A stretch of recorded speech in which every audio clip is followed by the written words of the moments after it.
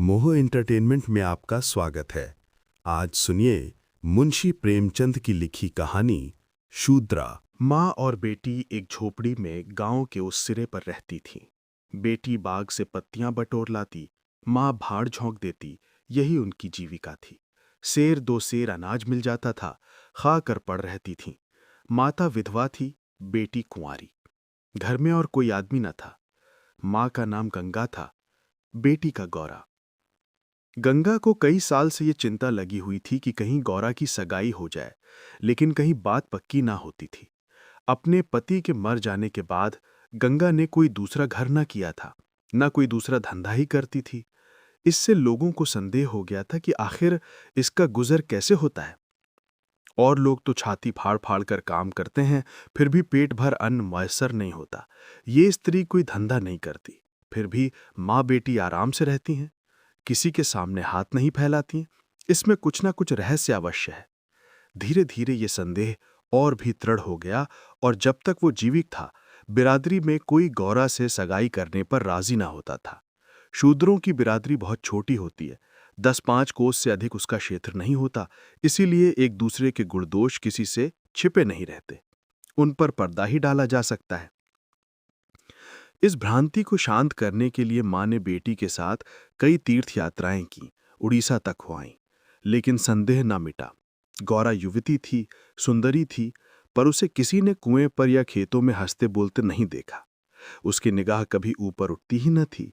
लेकिन ये बातें भी संदेह को और पुष्ट करती थीं। अवश्य कोई ना कोई रहस्य है। कोई युवती इतनी सती नहीं हो सकती। कुछ गुपचुप की बात अवश्य है।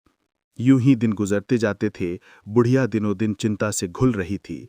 उधर सुंदरी की मुख छवि दिनों दिन निखरती जाती थी, कली खिलकर फूल हो रही थी।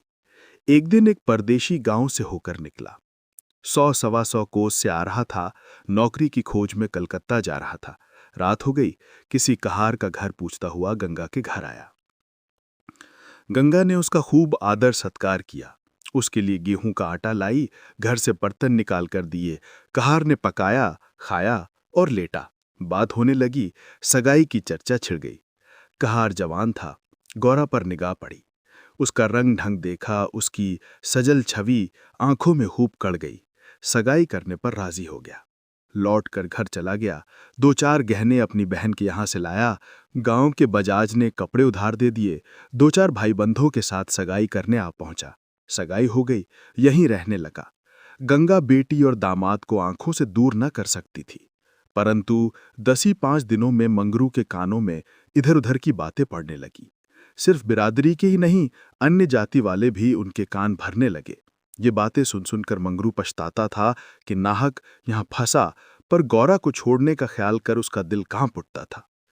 1 महीने के बाद मंगरू अपनी बहन के गहने लौटाने गया। खाने के समय उसका बहनोई उसके साथ भोजन करने ना बैठा। मंगरू को कुछ संदेह हुआ।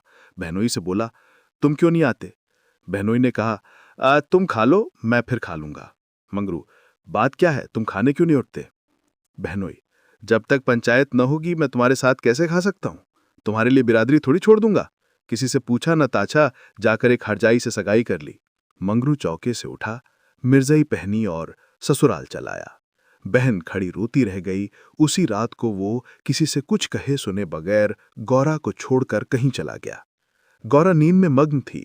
उसे क्या खबर थी कि वो रत्न जो मैंने इतनी तपस्या के बाद पाया है, मुझे सदा के लिए छोड़े चला जा रहा है। कई साल बीत गए। मंगरू का कुछ पता न चला, कोई पत्र तक न आया, पर गौरा बहुत प्रसन्न थी। वो मांग में सिंदूर डालती, रंग बिरंगे कपड़े पहनती और अधरों पर मिस्सी के धड़े जमाती। मंगरू भजनों की एक पुरानी किताब छोड़ गया था। उसे कभी कभी पढ़ती और गाती। मंगरू ने उसे हिंदी सिखाती थी। टटोल टटोल कर भजन पढ़ लेती थी। पहले वो अकेली बैठी रहती, गांव की और स्त्रियों के साथ बोलते चालते उसे शर्म आती थी। उसके पास वो वस्तु ना थी जिस पर दूसरी स्त्रियां गर्व करती थीं। सभी अपने अपने पति की चर्चा करती। गौरा का पति कहाँ था? वो किसकी बातें करती? अब उसके भी पति था।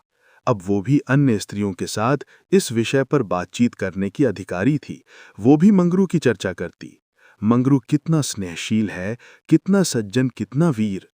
पति चर्चा से उसे कभी तृप्ति ही न होती थी। स्त्रियां पूछती, मंगरू तुम्हें छोड़कर क्यों चले गए? गौरा कहती, क्या करते? मर्द कभी ससुराल में पड़ा रहता है? देश परदेश में निकलकर 4 पैसे कमाना ही तो मर्दों का काम है, नहीं तो मान मर्यादा का निर्वाह कैसे हो? जब कोई पूछता, चिट्ठी पत्री क्यों नहीं भेजते, तो हंसकर कहती, अपना पता ठिकाना बताने में डरते हैं, जानते हैं ना, गौरा आकर सिर पर सवार हो जाएगी। सच कहती हूं, उनका पता ठिकाना मालूम हो जाए तो यहां मुझसे एक दिन भी ना रहा जाए। वो बहुत अच्छा करते हैं कि मेरे पास चिट्ठी पत्री नहीं भेजते। बेचारे परदेश में कहाँ घर गृहस्थी संभालते फिरेंगे। एक दिन किसी सहेली ने कहा, हम न मानेंगे, तुझसे जरूर मंगरू से झगड़ा हो गया है, नहीं तो बिना कुछ कहे सुने क्यों चले जाते? गौरा ने हंसकर कहा, बहन, अपने देवता से भी कोई झगड़ा करता है? वो मेरे मालिक हैं, भला मैं उनसे झगड़ा करूंगी? जिस दिन झगड़े की नौबत आएगी, कहीं डूब मरूंगी। मुझसे कहकर जाने पाते तो मैं उनके पैरों से लिपट न जाती। एक दिन कलकत्ता से एक आदमी आकर गंगा के घर ठहरा। पास ही के किसी गांव में अपना घर बताया। कलकत्ता में वो मंगरू के पड़ोस ही में रहता था। मंगरू ने उससे गौरा को अपने साथ लाने को कहा था। 2 साड़ियां और राह खर्च के लिए रुपए भी भेजे थे। गौरा फूली न समाई, बूढ़े ब्राह्मण के साथ चलने को तैयार हो गई। चलते वक्त वो गांव की सब औरतों से गले मिली, गंगा उसे स्टेशन तक पहुंचाने गई। सब कहते थे, बेचारी लड़की के भाग जग गए, नहीं तो यहां कुड़-कुड़ कर मर जाती। रास्ते भर गौरा सोचती, न जाने वो कैसे हो गए होंगे। अब तो मूछें अच्छी तरह निकल आई होंगी। परदेश में आदमी सुख से रहता है, देह भराई होगी, बाबू साहब हो गए होंगे। मैं पहले 2-3 दिन उनसे बोलूंगी नहीं, फिर पूछूंगी, तो मुझे छोड़कर क्यों चले गए? अगर किसी ने मेरे बारे में कुछ बुरा भला कहा ही था तो तुमने उसका विश्वास क्यों कर लिया? मैं भली हूं या बुरी हूं? हूं तो तुम्हारी। तुमने मुझे इतने दिनों रुलाया क्यों? तुम्हारे बारे में अगर इसी तरह कोई मुझसे कहता तो क्या मैं तुमको छोड़ देती? जब तुमने मेरी बाह पकड़ ली तो तुम मेरे हो गए। फिर तुम्हें लाख ऐब हो, मेरी बला से चाहे तुम तुर्की क्यों ना हो जाओ, मैं तुम्हें छोड़ नहीं सकती। तुम क्यों मुझे छोड़कर भागे? क्या समझते थे भागना सहज है? आखिर झक मारकर बुलाया कि नहीं? कैसे न बुलाते? मैंने तो तुम्हारे ऊपर दया की कि चली आई, नहीं तो कह देती कि मैं ऐसे निर्दयी के पास नहीं जाती, तो तुम आप दौड़े आते। तब करने से देवता भी मिल जाते हैं, आकर सामने खड़े हो जाते हैं, तुम कैसे ना आते? वो बार बार उद्विग्न होकर बूढ़े ब्राह्मण से पूछती, अब कितनी दूर है? धरती के छोर पर रहते हैं क्या?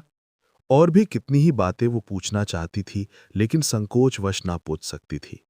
मन ही मन अनुमान करके अपने को संतुष्ट कर लेती थी। उनका मकान बड़ा सा होगा। शहर में लोग पक्के घरों में रहते हैं। जब उनका साहब इतना मानता है तो नौकर भी होगा। मैं नौकर को भगा दूंगी। मैं दिन भर पड़े पड़े क्या किया करूंगी? बीच बीच में उससे घर की याद भी आ जाती थी। बेचारी अम्मा रोती होंगी, अब उन्हें घर का सारा काम आप ही करना पड़ेगा। न जाने बकरियों को चराने ले जाती हैं या नहीं। बेचारी दिन भर मैं करती होंगी। मैं अपनी बकरियों के लिए महीने महीने रुपए भेजूंगी। जब कलकत्ता से लौटूंगी तो उनके लिए घंटियां ले जाऊंगी। तब तक तो बहुत सी बकरियां हो जाएंगी। यही सुख स्वप्न देखते देखते गौरा ने सारा रास्ता काट दिया। पगली क्या जानती थी कि मेरे मन कुछ और है, कर्ता के मन कुछ और। क्या जानती थी कि बूढ़े ब्राह्मणों के भेष में पिशाच होते हैं। मन की मिठाई खाने में मग्न थी। तीसरे दिन गाड़ी कलकत्ता पहुंची। गौरा की छाती धड़धड़ करने लगी। वो यहीं कहीं खड़े होंगे, अब आते ही होंगे, ये सोचकर उसने घूंघट निकाल लिया और संभल बैठी। मगर मंगरू वहां ना दिखाई दिया। बूढ़ा ब्राह्मण बोला, मंगरू तो यहां नहीं दिखाई देता। मैं चारों ओर छान आया, शायद किसी काम में लग गया होगा, आने की छुट्टी ना मिली होगी। मालूम भी तो न था कि हम लोग किस गाड़ी से आ रहे हैं। उनकी राह क्यों देखें, चलो डेरे पर चलें। दोनों गाड़ी पर बैठकर चले। गौरा कभी तांगे पर सवार न हुई थी। उसे गर्व हो रहा था कि कितने ही बाबू लोग पैदल जा रहे हैं, मैं तांगे पर बैठी हूं। एक क्षण में गाड़ी मंगरू के डेरे पर पहुंच गई। एक विशाल भवन था, अहाता साफ सुथरा, साहिबान में फूलों के गमले रखे हुए थे। ऊपर चढ़ने लगी। विस्मय, आनंद और आशा से उसे अपनी सुधि ही ना थी। सीढ़ियों पर चढ़ते चढ़ते पैर दुखने लगे। ये सारा महल उनका है? किराया बहुत देना पड़ता होगा। रुपए को तो वो कुछ समझते ही नहीं। उसका हृदय धड़क रहा था कि कहीं मंगरू ऊपर से उतरते आ ना रहे हों। सीढ़ी पर भेंट हो गई तो मैं क्या करूंगी? भगवान करे वो पड़े सोते रहें, तब मैं जगाऊं और वो मुझे देखते ही हड़बड़ा कर उठ बैठें। आखिर सीढ़ियों का अंत हुआ। ऊपर एक कमरे में गौरा को ले जाकर ब्राह्मण देवता ने बैठा दिया। यही मंगरू का डेरा था। मगर मंगरू यहां भी न दारद। कोठरी में केवल एक खाट पड़ी हुई थी, एक किनारे 2-4 बर्तन रखे हुए थे। यही उनकी कोठरी है तो मकान किसी दूसरे का है। उन्होंने ये कोठरी किराए पर ली होगी। मालूम होता है रात को बाजार में पूरियां खाकर सो रहे होंगे। यही उनके सोने की खाट है। एक किनारे घड़ा रखा हुआ था। गौरा का मारे प्यास के तालू सूख रहा था। घड़े से पानी उड़ेल कर पिया। एक किनारे पर एक झाड़ू रखी थी। गौरा रास्ते की थकी थी, पर प्रेमोल्लास में थकन कहाँ। उसने कोठरी में झाड़ू लगाया, बर्तनों को धो धोकर एक जगह रखा। कोठरी की एक एक वस्तु, यहां तक कि उसकी फर्श और दीवारों में उसे आत्मीयता की झलक दिखाई देती थी। उस घर में भी जहां उसने अपने जीवन के 25 वर्ष काटे थे, उसे अधिकार का ऐसा गौरवयुक्त आनंद न प्राप्त हुआ था। मगर उस कोठरी में बैठे बैठे उसे संध्या हो गई और मंगरू का कहीं पता नहीं। अब छुट्टी मिली होगी। सांझ को सब जगह छुट्टी होती है। अब वो आ रहे होंगे। मगर बूढ़े बाबा ने उनसे कह तो दिया ही होगा। वो क्या अपने साहब से थोड़ी देर की छुट्टी न ले सकते थे? कोई बात होगी, तभी तो नहीं आए। अंधेरा हो गया। कोठरी में दीपक न था। गौरा द्वार पर खड़ी पति की बाट देख रही थी। जीने पर बहुत से आदमियों के चढ़ते उतरने की आहट मिलती थी। बार बार गौरा को मालूम होता था कि वो आ रहे हैं, पर इधर कोई नहीं आता था। 9 बजे बूढ़े बाबा आए। गौरा ने समझा मंगरू हैं, झटपट कोठरी के बाहर निकल आई। देखा तो ब्राह्मण। बोली, वो कहाँ रह गए? बूढ़ा, उनकी तो यहां से बदली हो गई। दफ्तर में गया तो मालूम हुआ कि वो अपने साहब के साथ यहां से कोई 8 दिन की राह पर चले गए हैं। उन्होंने साहब से बहुत हाथ पैर जोड़े कि मुझे 10 दिन की मोहलत दे दीजिए, लेकिन साहब ने एक न मानी। मंगरू यहां लोगों से कह गए हैं कि घर के लोग आए तो मेरे पास भेज देना।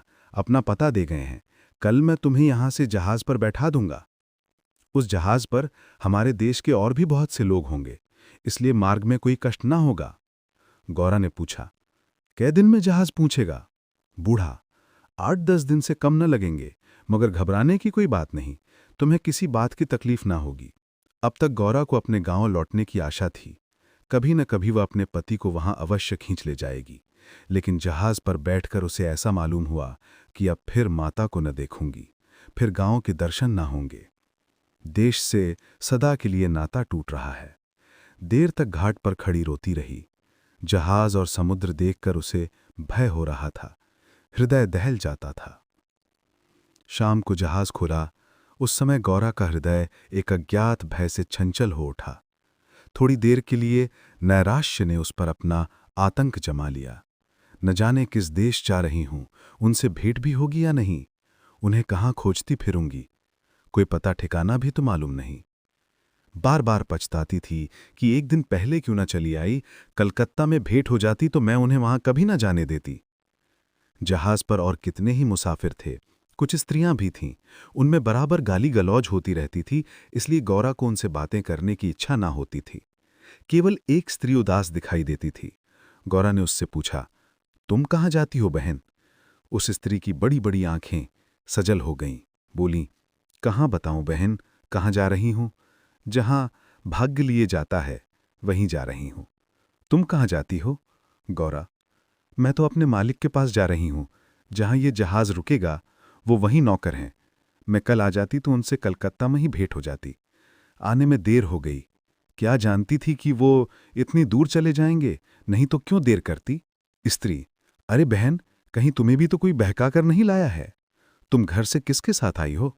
गौरा, मेरे आदमी ने कलकत्ते से आदमी भेजकर मुझे बुलाया था। स्त्री, वो आदमी तुम्हारा जान पहचान का था? गौरा, नहीं, उस तरफ का एक बूढ़ा ब्राह्मण था। स्त्री, वही लंबा सा दुबला पतला लुकलुक बूढ़ा जिसकी एक आंख में फूली पड़ी हुई है? गौरा, हाँ हाँ वही। क्या तुम उसे जानती हो? स्त्री, उसी दुष्ट ने तो मेरा भी सर्वनाश किया। ईश्वर करे उसकी 7 पुश्तें नरक भोगें, उसका निर्वंश हो जाए, कोई पानी देने वाला भी ना रहे, कोढ़ी होकर मरे। मैं अपना वृतांत सुनाऊं तो तुम समझोगी कि झूठ है, किसी को विश्वास ना आएगा। क्या कहूं, बस यही समझ लो कि इसके कारण मैं न घर की रह गई न घाट की। किसी को मुंह नहीं दिखा सकती, मगर जान तो बड़ी प्यारी होती है। मारीच के देश जा रही हूं कि वहीं मेहनत मजूरी करके जीवन के दिन काटूं। गौरा के प्राण नहीं में समा गए। मालूम हुआ जहाज अथाह जल में डूबा जा रहा है।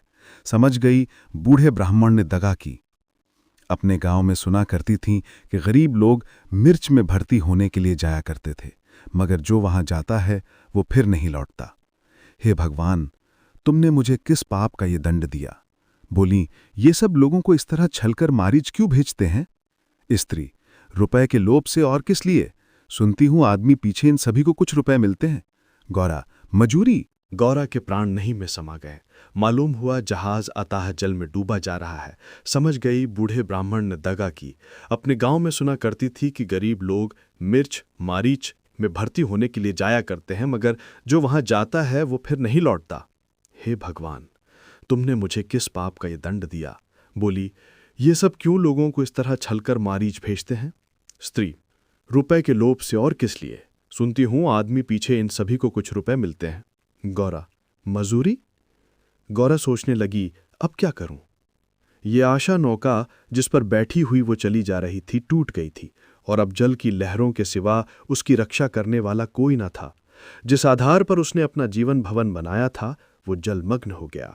अब उसके लिए जल के सिवा और कहाँ आश्रय है? उसे अपनी माता की, अपने घर की, अपने गांव की सहेलियों की याद आती और ऐसी घोर मर्म वेदना होने लगी मानो कोई सर्प अंतस्थल में बैठा हुआ बार बार डस रहा हो। भगवान, अगर मुझे यही यातना देनी थी तो तुमने जन्म ही क्यों दिया था? तुम्हें दुखिया पर दया नहीं आती? जो पिसे हुए हैं उन्हीं को पीसते हो। करुण स्वर से बोली, तो अब क्या करना होगा बहन? स्त्री, ये तो वहां पहुंचकर मालूम होगा। अगर मजूरी ही करनी पड़ी तो कोई बात नहीं, लेकिन अगर किसी ने कुदृष्टि से देखा तो मैंने निश्चय कर लिया है कि या तो उसी के प्राण ले लूंगी या अपने प्राण दे दूंगी। ये कहते कहते उसे अपना वृत्तांत सुनाने की वो उत्कट इच्छा हुई जो दुखियों को हुआ करती है। बोली, मैं बड़े घर की बेटी और उससे भी बड़े घर की बहू हूं, पर अभागिनी। विवाह के तीसरे ही साल पतिदेव का देहांत हो गया। चित्त की कुछ ऐसी दशा हो गई कि नित्य मालूम होता कि वो मुझे बुला रहे हैं। पहले तो आंख झपकते ही उनकी मूर्ति सामने आ जाती थी, लेकिन फिर तो ये दशा हो गई कि जागृत दशा में भी रह रहकर उनके दर्शन होने लगे। बस यही जान पड़ता था कि वो साक्षात खड़े बुला रहे हैं। किसी से शर्म के मारे कहती ना थी, पर मन में ये शंका होती थी कि जब उनका देहावसान हो गया है तो वो मुझे दिखाई कैसे देते हैं। मैं भ्रांति समझकर चित्त को शांत न कर सकती। मन कहता था जो वस्तु प्रत्यक्ष दिखाई देती है वो मिल क्यों नहीं सकती? केवल वो ज्ञान चाहिए। साधु महात्माओं के सिवा ज्ञान और कौन दे सकता है? मेरा तो अब भी विश्वास है कि अभी ऐसी क्रियाएं हैं जिनसे हम मरे हुए प्राणियों से बातचीत कर सकते हैं, उनको स्थूल रूप में देख सकते हैं। महात्माओं की खोज में रहने लगी। मेरे यहाँ अक्सर साधु संत आते थे, उनसे एकांत में इस विषय में बातें किया करती थी, पर वे लोग सदुपदेश देकर मुझे टाल देते थे। मुझे सदुपदेशों की जरूरत न थी। मैं वैधव्य धर्म खूब जानती थी। मैं तो वो ज्ञान चाहती थी जो जीवन और मरण के बीच का पर्दा उठाते। 3 साल तक मैं इसी खेल में लगी रही। 2 महीने होते हैं वही बूढ़ा ब्राह्मण सन्यासी बना हुआ मेरे यहाँ जा पहुंचा। मैंने इससे वही भिक्षा मांगी। इस धूर्त ने कुछ ऐसा मायाजाल फैलाया कि मैं आंखें रहते हुए भी फंस गई। अब सोचती हूँ तो अपने ऊपर आश्चर्य होता है कि मुझे उसकी बातों पर इतना विश्वास क्यों हुआ। मैं पति दर्शन के लिए सब कुछ झेलने को, सब कुछ करने को तैयार थी। इसने रात को अपने पास बुलाया। मैं घर वालों से पड़ोसन के घर जाने का बहाना करके इसके पास गई। एक पीपल के नीचे इसकी धूनी चल रही थी। उस विमल चांदनी में ये जटाधारी ज्ञान और योग का देवता सा मालूम होता था। मैं आकर धूनी के पास खड़ी हो गई। उस समय यदि बाबाजी मुझे आग में कूद पड़ने की आज्ञा देते तो मैं तुरंत कूद पड़ती। इसने मुझे बड़े प्रेम से बैठाया और मेरे सिर पर हाथ रखकर न जाने क्या कर दिया कि मैं बेसुध हो गई। फिर मुझे कुछ नहीं मालूम कि मैं कहाँ गई, क्या हुआ। जब मुझे होश आया तो मैं रेल पर सवार थी। जी में आया कि चिल्लाऊं, मगर फिर सोचा अब क्या होगा, धर्म तो गया, अब चिल्लाने से क्या फायदा। घर लौटकर भी तो कलंक न मिटेगा। मैं चुपचाप बैठी रह गई। मैं परमात्मा की दृष्टि से निर्दोष थी, पर संसार की दृष्टि में कलंकित हो चुकी थी। रात को किसी युवती का घर से निकल जाना कलंकित करने के लिए काफी था। जब मुझे मालूम हो गया कि सब मुझे टापू में भेज रहे हैं तो मैंने जरा भी आपत्ति नहीं की। मेरे लिए अब सारा संसार एक सा है। जिसका संसार में कोई ना हो उसके लिए देश परदेश दोनों बराबर हैं। हाँ, ये पक्का निश्चय कर चुकी हूं कि मरते दम तक अपने सत की रक्षा करूंगी। विधि के हाथ में मृत्यु से बढ़कर कोई यातना नहीं। विधवा के लिए मृत्यु का क्या भय? उसका तो जीना और मरना दोनों बराबर हैं, बल्कि मर जाने से जीवन की विपत्तियों का तो अंत हो जाएगा। गौरा ने सोचा, इस स्त्री में कितना धैर्य और साहस है। फिर मैं क्यों इतनी कातर और निराश हो रही हूं? जब जीवन की अभिलाषाओं का अंत हो गया तो जीवन के अंत का क्या डर? बोली, बहन, हम और तुम एक जगह रहेंगे, मुझे तो अब तुम्हारा ही भरोसा है। स्त्री ने कहा, भगवान का भरोसा रखो और मरने से मत डरो। सघन अंधकार छाया हुआ था। ऊपर काला आकाश था, नीचे काला जल। गौरा आकाश की ओर ताक रही थी, उसकी संगिनी जल की ओर। उसके सामने आकाश के कुसुम थे, इसके चारों ओर अनंत अखंड अपार अंधकार था। जहाज से उतरते ही एक आदमी ने यात्रियों के नाम लिखने शुरू किए। इसका पहनावा तो अंग्रेजी था, पर बातचीत से हिंदुस्तानी मालूम होता था। गौरा सिर झुकाए अपनी संगिनी के पीछे खड़ी थी। उस आदमी की आवाज सुनकर वो चौंक पड़ी। उसने दबी आंखों से उसकी ओर देखा। उसके समस्त शरीर में सनसनी दौड़ गई। क्या स्वप्न तो नहीं देख रही हूं? आंखों पर विश्वास न आया। फिर उस पर निगाह डाली। उसकी छाती वेग से धड़कने लगी, पैर थर-थर कांपने लगे। ऐसा मालूम होने लगा मानो चारों ओर जल ही जल है और उसमें बही जा रही हूं। उसने अपनी संगिनी का हाथ पकड़ लिया, नहीं तो जमीन में गिर पड़ती। उसके सम्मुख वही पुरुष खड़ा था जो उसका प्राणधन था और जिससे इस जीवन में भेंट होने की उसे लेशमात्र की आशा न थी। ये मंगरू था, इसमें जरा भी संदेह न था। हां, उसकी सूरत बदल गई थी।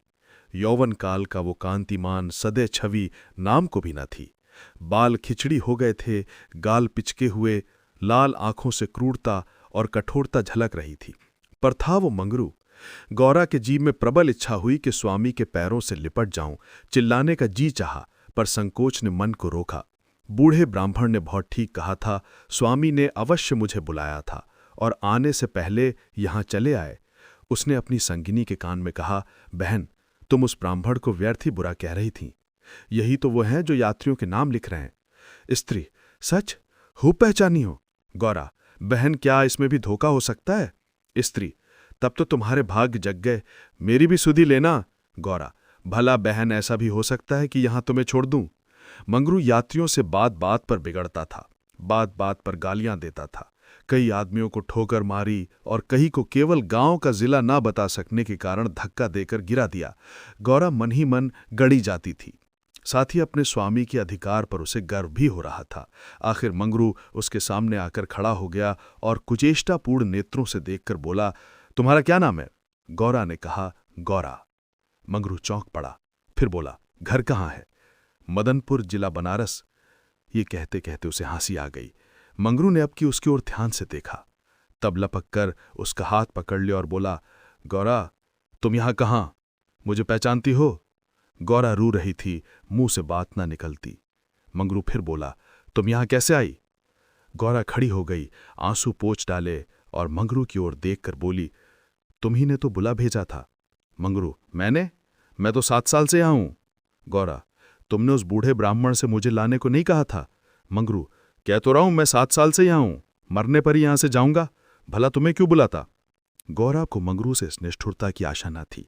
उसने सोचा, अगर ये सत्य भी हो कि इन्होंने मुझे नहीं बुलाया तो भी इन्हें मेरा यूं अपमान न करना चाहिए था।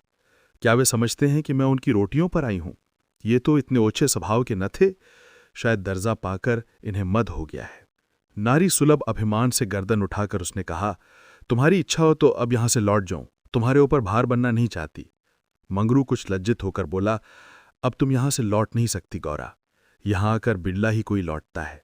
ये कहकर वो कुछ देर चिंता में मग्न खड़ा रहा, मानो संकट में पड़ा हुआ हो कि क्या करना चाहिए। उसकी कठोर मुखाकृति पर दीनता का रंग झलक पड़ा। तब कातर स्वर से बोला, जब आ ही गई हो तो रहो, जैसी कुछ पड़ेगी देखी जाएगी। गौरा, जहाज फिर कब लौटेगा? मंगरू, तुम यहां से 5 बरस के पहले नहीं जा सकती। क्यों? क्या कुछ जबरदस्ती है? हां, यहां का यही हुक्म है। तो फिर मैं अलग मजदूरी करके अपना पेट पालूंगी। मंगरू ने सजल नेत्र होकर कहा, जब तक मैं जीता हूं तुम मुझसे अलग नहीं रह सकती। गौरा, तुम्हारे ऊपर भार बनकर न रहूंगी। मैं तुम्हें भार नहीं समझता।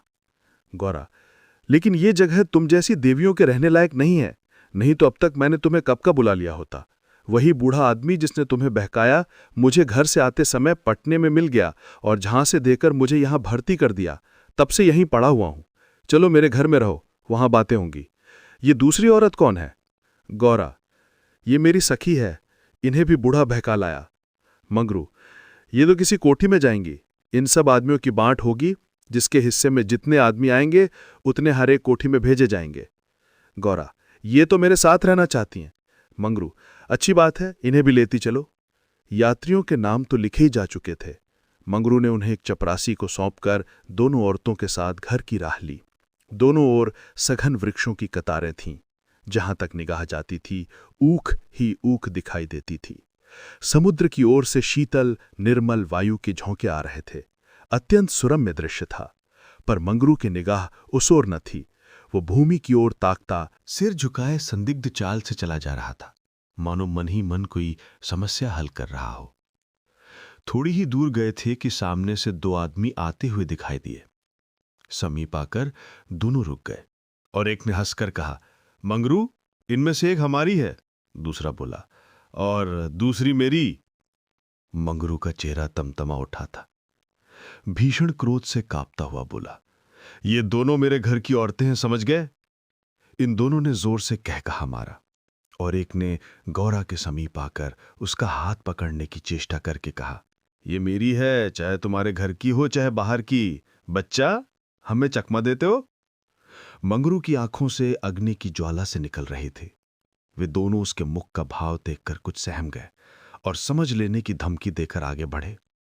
किंतु मंगरू के अधिकार क्षेत्र से बाहर पहुंचते ही एक ने पीछे से ललकार कर कहा, देखें कहां लेकर जाते हो? मंगरू ने उधर ध्यान नहीं दिया, जरा कदम बढ़ाकर चलने लगा। जैसे संध्या के एकांत में हम कब्रिस्तान के पास से गुजरते हैं, हमें पग पग पर यह शंका होती है कि कोई शब्द कान में न पड़ जाए, कोई सामने आकर खड़ा ना हो जाए, कोई जमीन के नीचे से कफन ओढ़े उठ ना खड़ा हो। गौरा ने कहा, ये दोनों बड़े शराफत के रहने लायक नहीं है। सहसा दाहिनी तरफ से एक अंग्रेज घोड़ा दौड़ाता पहुंचा और मंगरू से बोला, वेल जमादार, ये दोनों औरतें हमारे कोठी में रहेगा, हमारे कोठियों में कोई औरत नहीं है। मंगरू ने दोनों औरतों को अपने पीछे कर लिया और सामने खड़ा होकर बोला, साहब, ये दोनों हमारे घर की औरतें हैं। साहब, अहो, तुम झूठा आदमी, हमारे कोठी में कोई औरत नहीं और तुम दो ले जाएगा, ऐसा नहीं हो सकता। गोरा की ओर इशारा करके, इसको हमारे कोठी पर पहुंचा दो। मंगरू ने सिर से पैर तक कांपते हुए कहा, ऐसा नहीं हो सकता। मगर साहब आगे बढ़ गया था, उसके कान में बात न पहुंची। उसने हुक्म दे दिया था और उसकी तामील करना जमादार का काम था। शेष मार्ग निर्विघ्न समाप्त हुआ। आगे मजदूरों के रहने की मिट्टी के घर थे। द्वारों पर स्त्री पुरुष जहां तहां बैठे हुए थे।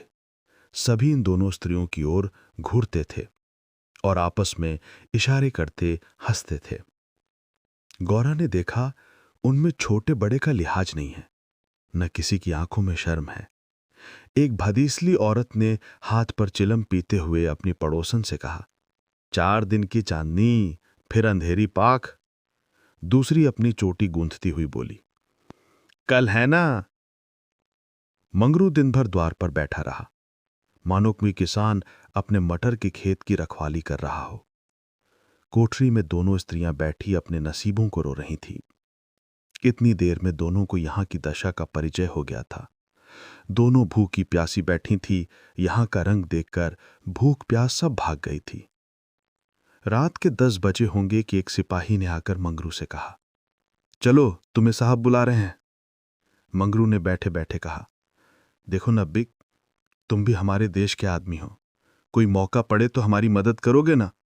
जाकर साहब से कह दो मंगरू कहीं गया है, बहुत होगा जरमाना कर देंगे।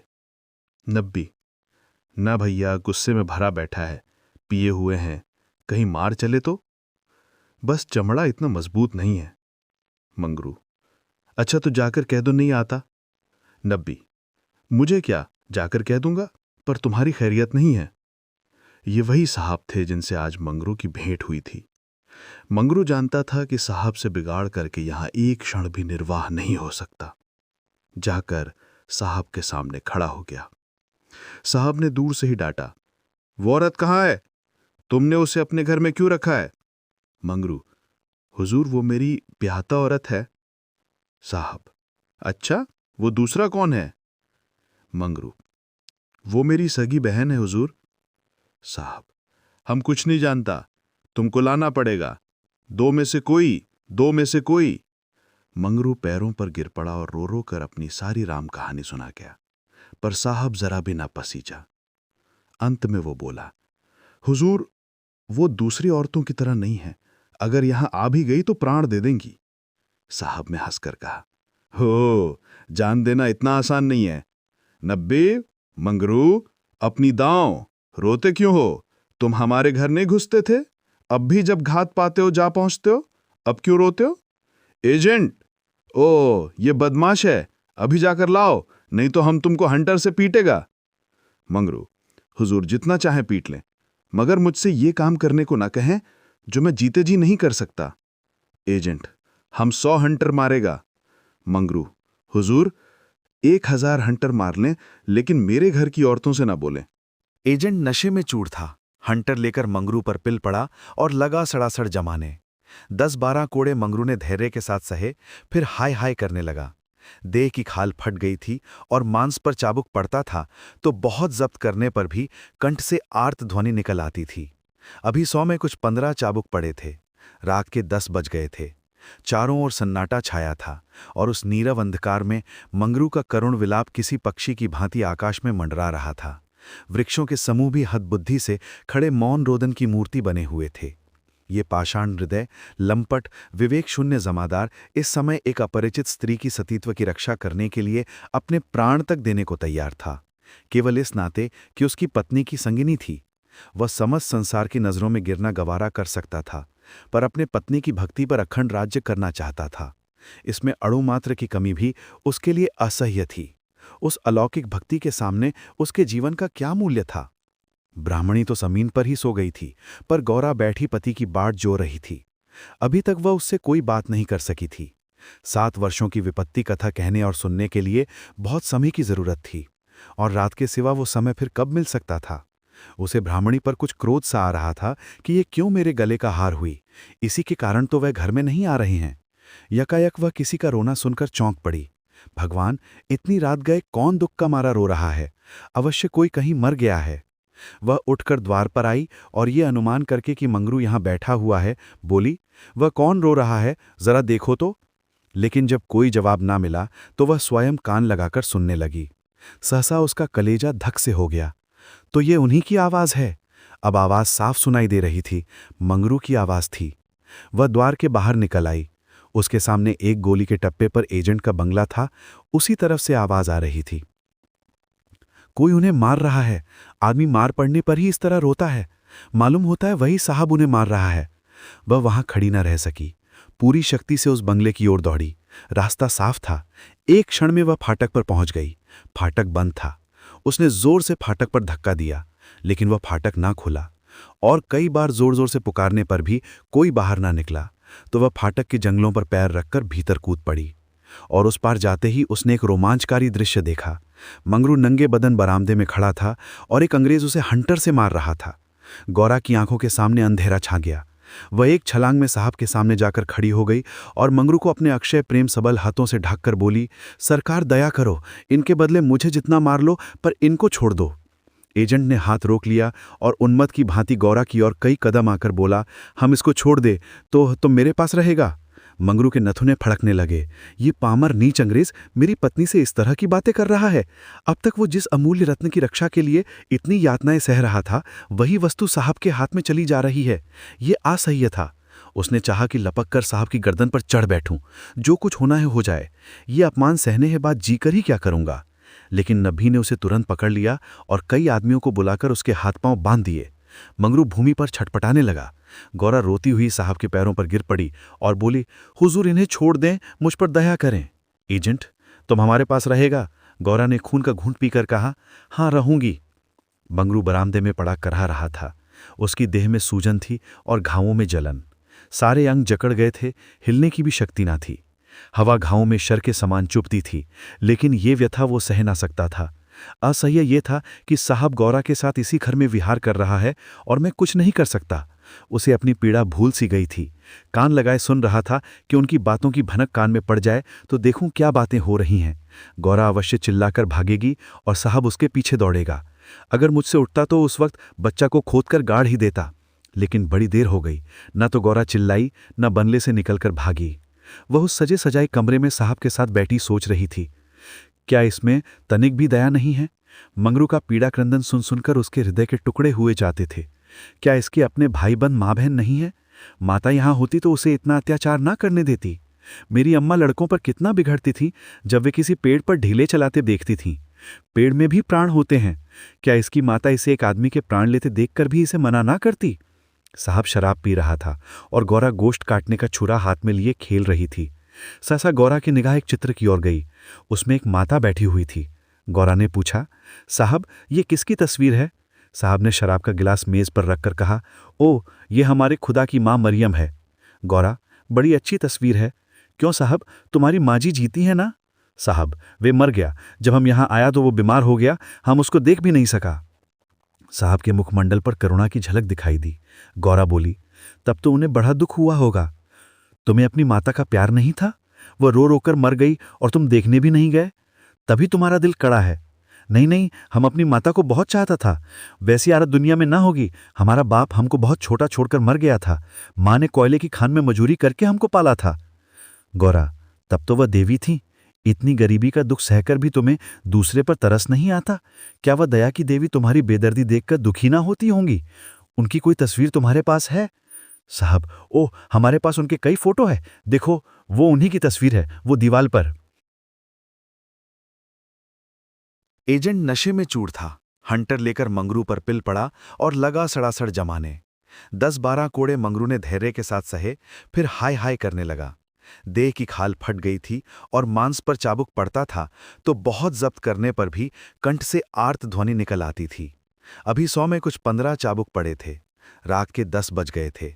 चारों ओर सन्नाटा छाया था और उस नीरव अंधकार में मंगरू का करुण विलाप किसी पक्षी की भांति आकाश में मंडरा रहा था। वृक्षों के समूह भी हदबुद्धि से खड़े मौन रोदन की मूर्ति बने हुए थे। ये पाषाण हृदय, लंपट, विवेक शून्य जमादार इस समय एक अपरिचित स्त्री की सतीत्व की रक्षा करने के लिए अपने प्राण तक देने को तैयार था, केवल इस नाते कि उसकी पत्नी की संगिनी थी। वह समस्त संसार की नजरों में गिरना गवारा कर सकता था, पर अपने पत्नी की भक्ति पर अखंड राज्य करना चाहता था। इसमें अणुमात्र की कमी भी उसके लिए असह्य थी। उस अलौकिक भक्ति के सामने उसके जीवन का क्या मूल्य था? ब्राह्मणी तो जमीन पर ही सो गई थी, पर गौरा बैठी पति की बाट जो रही थी। अभी तक वह उससे कोई बात नहीं कर सकी थी। 7 वर्षों की विपत्ति कथा कहने और सुनने के लिए बहुत समय की जरूरत थी, और रात के सिवा वो समय फिर कब मिल सकता था? उसे ब्राह्मणी पर कुछ क्रोध सा आ रहा था कि ये क्यों मेरे गले का हार हुई। इसी के कारण तो वह घर में नहीं आ रहे हैं। यकायक वह किसी का रोना सुनकर चौंक पड़ी। भगवान, इतनी रात गए कौन दुख का मारा रो रहा है? अवश्य कोई कहीं मर गया है। वह उठकर द्वार पर आई और ये अनुमान करके कि मंगरू यहां बैठा हुआ है, बोली, वह कौन रो रहा है, जरा देखो तो।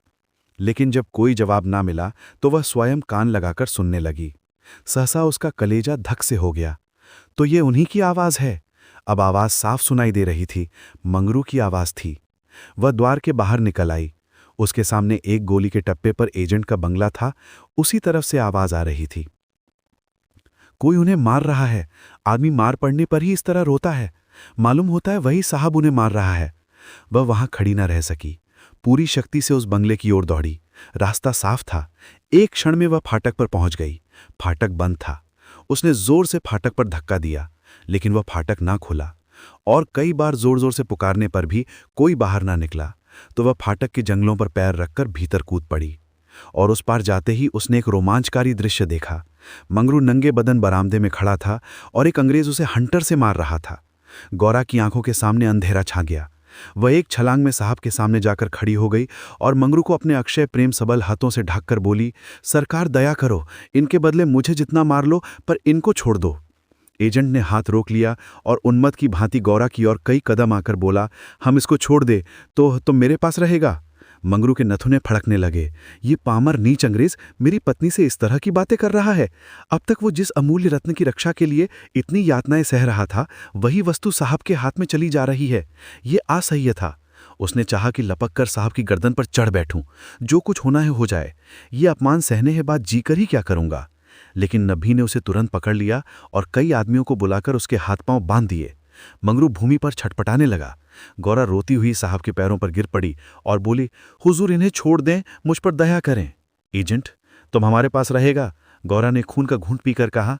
हाँ, रहूंगी। मंगरू बरामदे में पड़ा करहा रहा था। उसकी देह में सूजन थी और घावों में जलन। सारे अंग जकड़ गए थे, हिलने की भी शक्ति ना थी। हवा घावों में शर के समान चुभती थी, लेकिन ये व्यथा वो सह ना सकता था। असह्य ये था कि साहब गौरा के साथ इसी घर में विहार कर रहा है और मैं कुछ नहीं कर सकता। उसे अपनी पीड़ा भूल सी गई थी।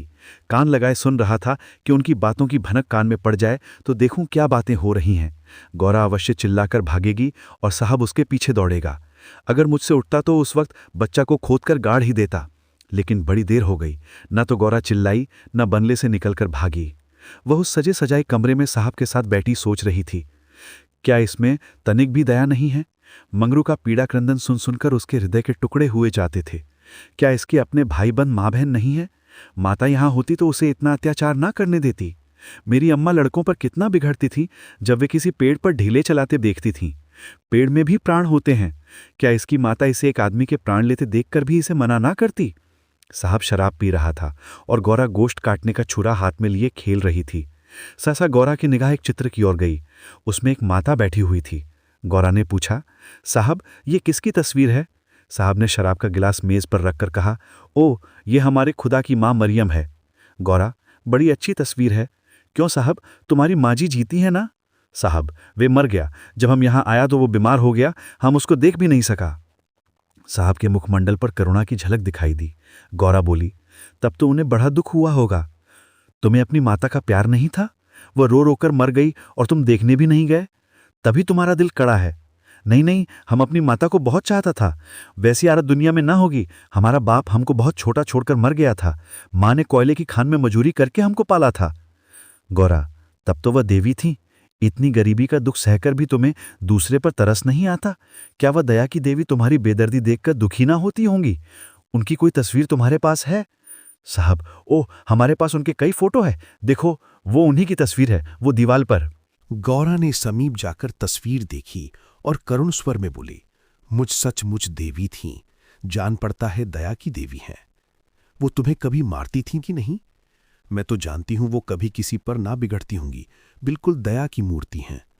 साहब, ओह, मम्मा हमको कभी नहीं मारता था। वो बहुत गरीब था, पर अपनी कमाई में कुछ न कुछ जरूर खैरात करता था। किसी बेबाप के बच्चे को देखकर उसकी आंखों में आंसू भर आते थे। वो बहुत ही दयावान था। गौरा ने तिरस्कार के स्वर में कहा, और उसी देवी के पुत्र होकर तुम इतने निर्दयी हो? क्या वो होती तो तुम्हें किसी को इस तरह हथियारों की भांति मारने देती? वो स्वर्ग में रो रही होंगी। स्वर्ग नरक तो तुम्हारे यहां भी होगा। ऐसी देवी के पुत्र कैसे हो गए? गौरा को ये बातें कहते हुए जरा भी भय न होता था। उसने अपने मन में एक दृढ़ संकल्प कर लिया था और अब उसे किसी प्रकार का भय ना था। जान से हाथ धो लेने का निश्चय कर लेने के बाद भय की छाया भी नहीं रह जाती। किंतु वो हृदय शून्य अंग्रेज इन तिरस्कार पर आग हो जाने के बदले और भी नम्र होता जाता था। गौरा मानवीय भावों से कितनी ही अंगभिज्ञ हो, पर इतना जानती थी कि अपनी जननी के लिए प्रत्येक हृदय में, चाहे वो साधु का हो या कसाई का, आदर और प्रेम का एक कोना सुरक्षित रहता है। ऐसा भी कोई अभागा प्राणी है जिसे मातृ स्नेह की स्मृति थोड़ी देर के लिए रुलाना देती हो, उसके हृदय के कोमल भाव को जगा ना देती हो? साहब की आंखें डबडबा गई थीं, सिर झुकाए बैठा रहा। गौरा ने फिर उसी ध्वनि में कहा, तुमने उनकी सारी तपस्या धूल में मिला दी। जिस देवी ने मर मर कर तुम्हारा पालन किया, उसी को मरने के पीछे इतना कष्ट दे रहे हो? क्या इसीलिए माता अपने पुत्र को अपना रक्त पिला पिलाकर पालती है? अगर वो बोल सकती तो क्या चुप बैठी रहती? तुम्हारे हाथ पकड़ सकती तो ना पकड़ती? मैं तो समझती हूं वो जीती होती तो इस वक्त विष खाकर मर जाती। साहब अब जब्त ना कर सके। नशे में क्रोध की भांति ग्लानि का वेग सहज ही में उठाता है। दोनों हाथों से मुंह छिपाकर साहब ने रोना शुरू किया और इतना रोया कि हिचकी बंद गई। माता के चित्र के सम्मुख जाकर वो कुछ देर तक खड़ा रहा, मानो माता से क्षमा मांग रहा हो। तब आकर आर्द्र कंठ से बोला, हमारे माता को अब कैसे शांति मिलेगा? हाय हाय, हमारे सबब से उसको स्वर्ग में भी सुख नहीं मिला। हम कितना अभागा है। गौरा, अभी जरा देर में तुम्हारा मन बदल जाएगा और फिर तुम दूसरों पर अत्याचार करने लगोगे। साहब, नहीं नहीं, अब हम मम्मा को कभी दोख नहीं देगा। हम अभी मंगरू को अस्पताल भेजता है। रात ही को मंगरू अस्पताल पहुंचा दिया गया। एजेंट खुद उसको पहुंचाने आया। गौरा भी उसके साथ थी। मंगरू को ज्वर आ हुआ था, बेहोश पड़ा हुआ था। मंगरू ने 3 दिन आंखें न खोलीं और तीनों दिन गौरा उसके पास बैठी रही, एक क्षण के लिए भी वहां से ना हटी। एजेंट भी कई बार हालचाल पूछने आ जाता और हर मर्तबा गौरा से क्षमा मांगता। चौथे दिन मंगरू ने आंखें खोलीं तो देखा गौरा सामने बैठी हुई है। गौरा उसे आंखें खोलते देखकर पास आ खड़ी हुई और बोली, अब कैसा जी है? मंगरू ने कहा, तुम यहां कब आई? गौरा, मैं तो तुम्हारे साथ ही यहां आई थी, तब से यहीं हूं। मंगरू, साहब के बंगले में क्या जगह नहीं है? गौरा, अगर बंगले की चाह होती तो 7 समुद्र पार तुम्हारे पास क्यों आती? मंगरू ने आकर कौन सा सुख दे दिया है? तुम्हें यही करना था तो मुझे मर क्यों न जाने दिया? गौरा ने झुंझलाकर कहा, तुम इस तरह की बातें मुझसे ना करो, ऐसी बातों से मेरी देह में आग लग जाती है। मंगरू ने मुंह फेर लिया, मानो उसे गौरा की बात पर विश्वास नहीं आया। दिन भर गौरा मंगरू के पास बिना दाना पानी लिए खड़ी रही। गौरा ने कई बार उसे बुलाया, लेकिन वह चुप्पी साधे रह गया। ये संदेह युक्त निरादर गौरा के लिए असह्य था। जिस पुरुष को वो देव तुल्य समझती थी, उसके प्रेम से वंचित होकर वो कैसे जीवित रह सकती थी? यही प्रेम उसके जीवन का आधार था। उसे खोकर अब वो अपना सर्वस्व खो चुकी थी। आधी रात से अधिक बीत चुकी थी। मंगरू बेखबर सोया हुआ था। शायद वो कोई स्वप्न देख रहा था। गौरा ने उसके चरणों पर सिर रखा और अस्पताल से निकली।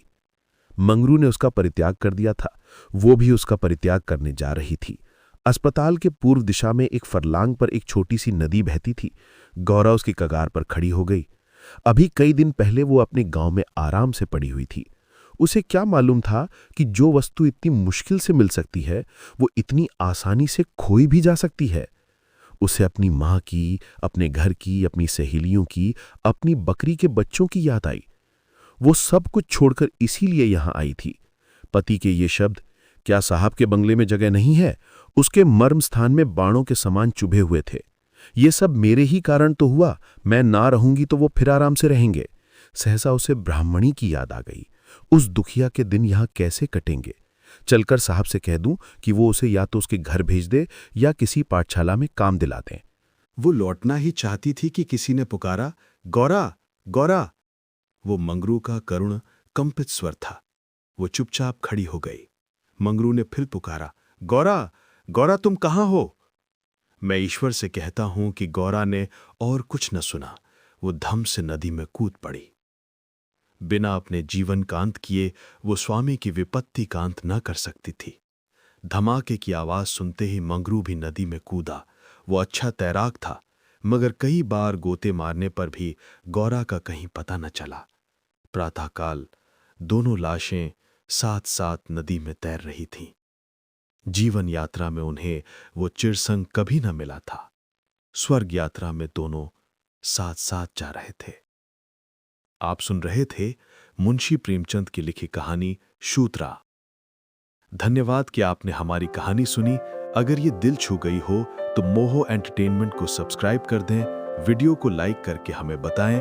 आपकी एक छोटी सी तारीफ हमें और कहानियां सुनाने की हिम्मत देती है। अगली कहानी के लिए जुड़े रहिए। शुभ रात्रि।